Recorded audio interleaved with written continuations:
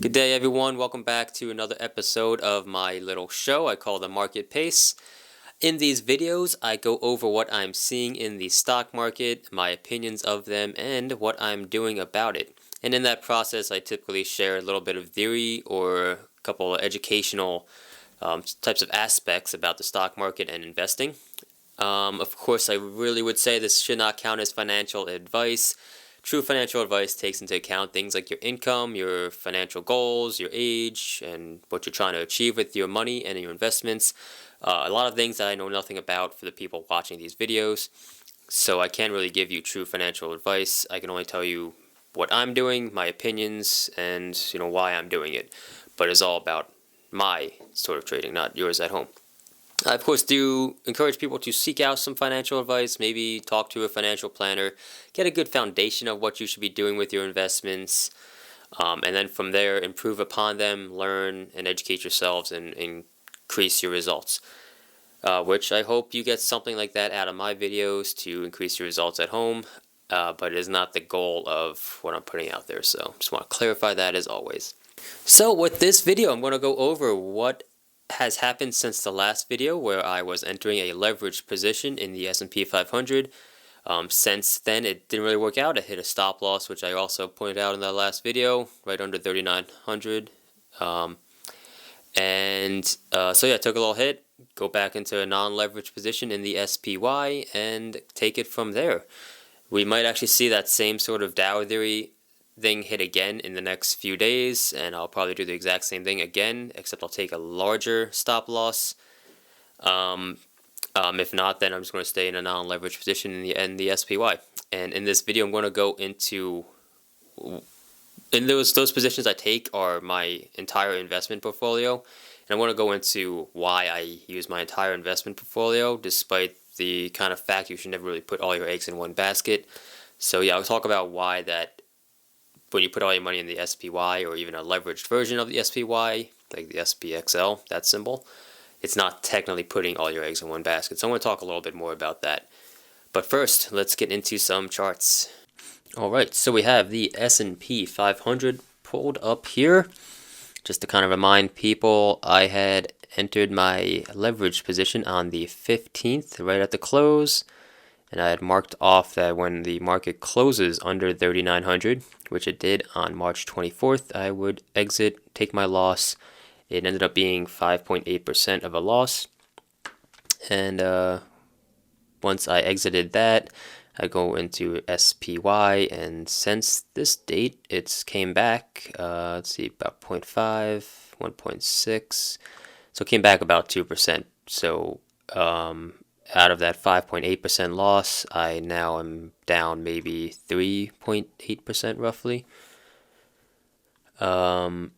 Just to kind of show that in another way, as I said, I was in the S&P 500 leverage position, which is SPXL. And yeah, got in on the 15th, out on the 24th. And if I were to have stayed in this, not that I needed to according to my own trading plan, I would basically be flat right now. But it's fine. I took the loss. I held to my convictions, held to my discipline, which keeps me safe. I'm not going to be crying over being down 4%. You can take my word on that. Especially when, like I said in the last video, the last time Dow there had shown up and I had traded it in the exact same way, I had made about 24%, which is 4 times as much. So just a basic risk reward of almost 1 to 4, I would have to get that same trade wrong more than 80% of the time in order for that sort of loss to start really affecting me in the long run, which that's pretty good odds on something. As I said, Dow theory is typically it typically works around 90% of the time, around 80% of the time, even more. So the historical performance of that theory would literally have to completely reverse from how it's been over history, which is just not likely. So that's why I'm totally fine with taking that position time and time again. Despite that, every now and then it may be a loser. That's fine. You're going to lose every now and then. So what I kind of want to mention though is, as I mentioned in kind of the intro, we are right next to another all-time high on the S&P 500. So if it does hit that all-time high, then that Dow theory is again present in the stock market. Part of Dow theory is also the transports, so I'm going to pull that up. And as you can see, we're at that all-time high in the transports as well.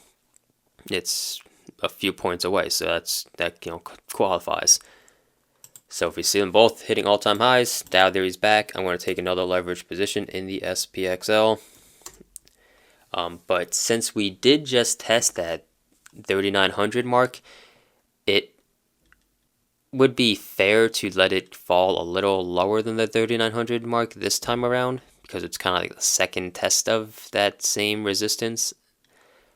So with that being said, if I were to go into that Dow theory, go into the leverage position on the SPXL one more time, I wouldn't exit it until the S&P 500 was actually down 5% from the high, which is honestly my typical sort of risk reward for this sort of thing.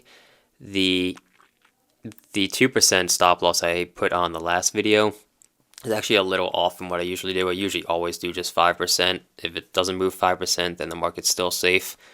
Just this time around, I really did see a lot of resistance, or a lot of support rather, at that 3,900 mark. And right now I'm kind of paying for that, I guess, because if I were to be using a 5% stop loss like I typically do, I would still be in the SPXL, and I would be basically flat instead of taking a 4% loss between those two positions, between going in the SPXL, taking a 6% loss there, and then going into the SPY and getting about 2% of it back. So not gonna lie, sorry, kind of rambled there, but just going a little more in depth about what I had said in the introduction of this video. I went leveraged, I took a loss, went to the SPY, made some of it back, and if this goes to a new all-time high, I want to go back into the leveraged ETF, and my new risk loss type of scenario would be 5% down on the S&P 500 from its all-time high. Then I'd get out and take my hit on the SPXL position I'm in, or it goes up that 10, 15, 20%. We'll see what happens, and I'll take my gain once the Dow theory, those two all-time highs, stop being present in the market, as represented by being about 5% down from its all-time highs, which I'll try to make videos for as it happens. But first we need to get a new all-time high in the S&P 500 for any of that to matter. Until then, I'm just in the S&P 500 as represented by the SPY. So that's what I've done since the last video, and what I'm doing right now, as well as what I'm kind of expecting if we hit that new all-time high to go back into a leveraged ETF position in the SPXL. I want to take a few minutes though to talk about my overall investing strategy, and to kind of clarify that when I'm doing a trade from the SPY or the SPXL, I'm not just talking about putting a small portion of my investment portfolio, which I also want to mention is different from my trading portfolio. I do keep them very separate. But I am putting pretty much all my spare cash into SPY, or all my spare cash into the SPXL. The one exception would be the initial public offering stocks, and maybe a few individual stocks that I see some sort of catalyst going on with. Those I will keep in their little side account, I guess, doing a roughly 2 to maybe 3% of my whole portfolio at the time when I initiate the position anyway, into those stocks, and they kind of do their own thing. But whatever leftover money I have that's not in those individual stocks, that goes all into the SPY, all into the SPXL, or if things are going really crazy in the stock market, then I'll use that money to hedge both my initial public offering in individual stocks, as well as a bit of the portion of money that is in the S&P 500, like the SPY. So a lot of conventional wisdom would say that is really, really stupid, because they always say don't put all your money into one basket, and that is definitely true. I'm not honestly going to fight that. You really shouldn't put your money in all one basket, but the S&P 500 isn't one basket. It is a mixture of 500 different stocks, 500 different companies. It's technically 500 different baskets, all wrapped up into one basket. And on top of that, that basket is a dynamic mathematical marvel in my opinion, which I'll try to talk about a little bit later. Kind of complex the way to do it, so it'll be kind of hard to do that verbally, but I'll give it a shot. So clarified though that all my money, the major part of my money goes into the SPY or the SPXL. So let me explain a little further about why that is, beyond that the S&P 500 is a mixture of 500 stocks and is actually diversified. So it's kind of worth going into it in a leveraged position, which is also still diversified, but has more of a chance, a more likelihood to be going up at that point in time. So it makes some sense to be more leveraged and more exposed to it going up at those points in time when it's more likely for it to go up. It does pay off for you in the long run, especially when you have a nice large risk reward like I do, which is 1 to 4 typically, or even as low as 1 to 3. But there's a nice risk reward. In the long run, I will win out.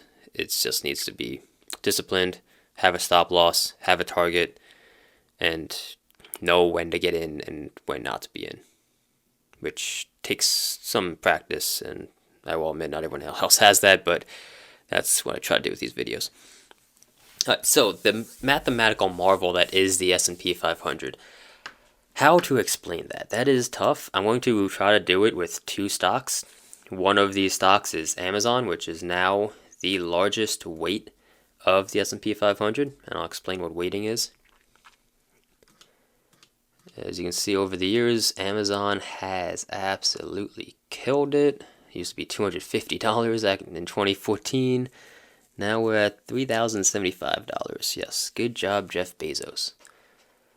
So, what a market cap weighted ETF is, it takes the market capital of a stock, which as the stock price rises, the market cap rises. So essentially, as a company does good and their stock does good with it, they get more of a weight in the S&P 500, which means its continued good performance becomes more impactful to the S&P 500. So good companies get rewarded in that index, while bad companies get punished and eventually get taken out of the index and don't have any weight in its overall value at all.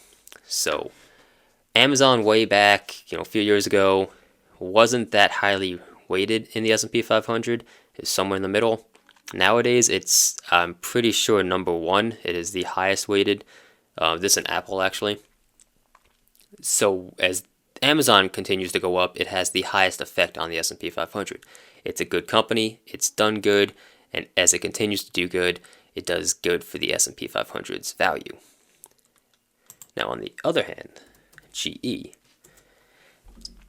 GE, many years ago, was a great company, really stable, really strong, and was highly weighted in the S&P 500 as well. Then they just lost it, let's say. Lost it around 2017, and they went down pretty far. And nowadays, it's very lowly weighted in the S&P 500. So as this company starts to go down even more, it doesn't have much of an effect on the S&P 500's value.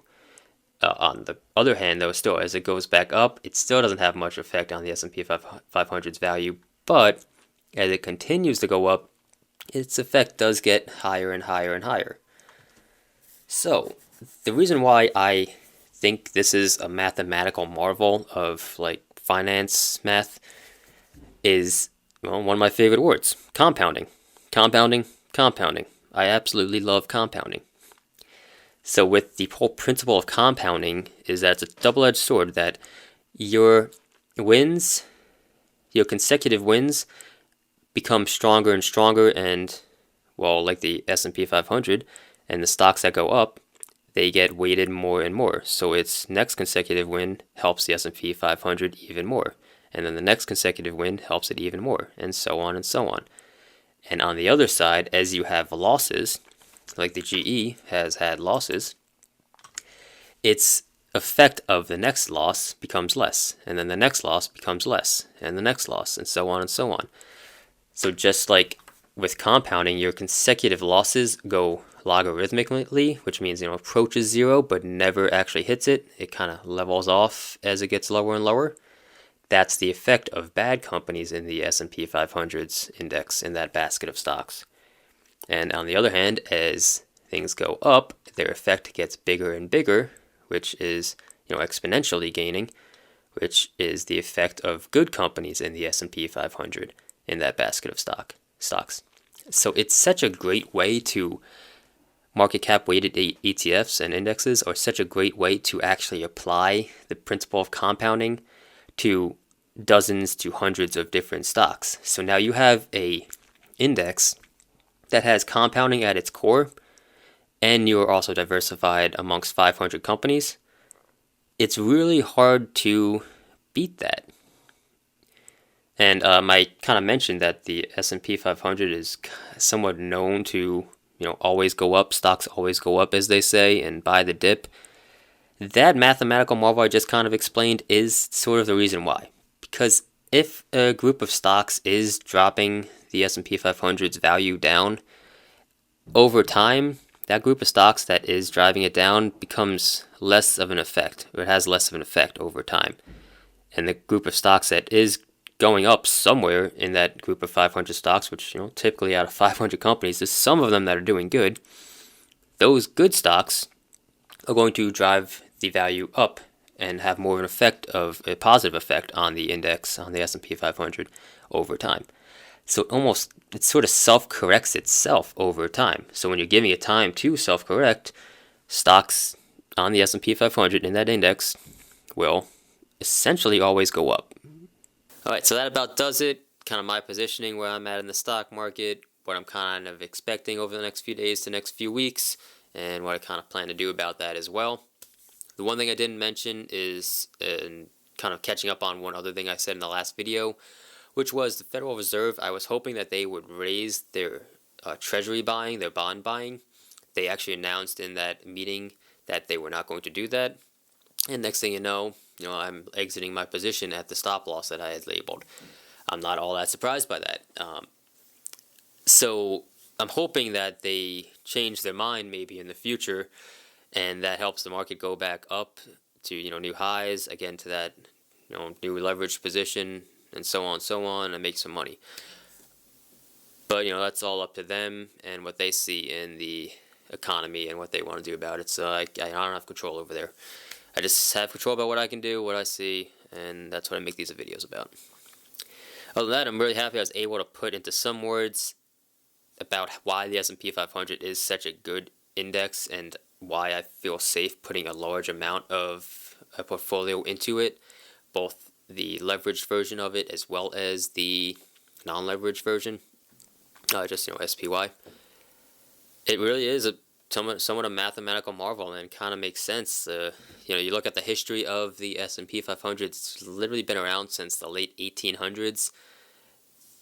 There's a reason that it's been able to withstand dozens of market crashes and major life-altering global events. It's able to come back from every single one of them time and time and time again.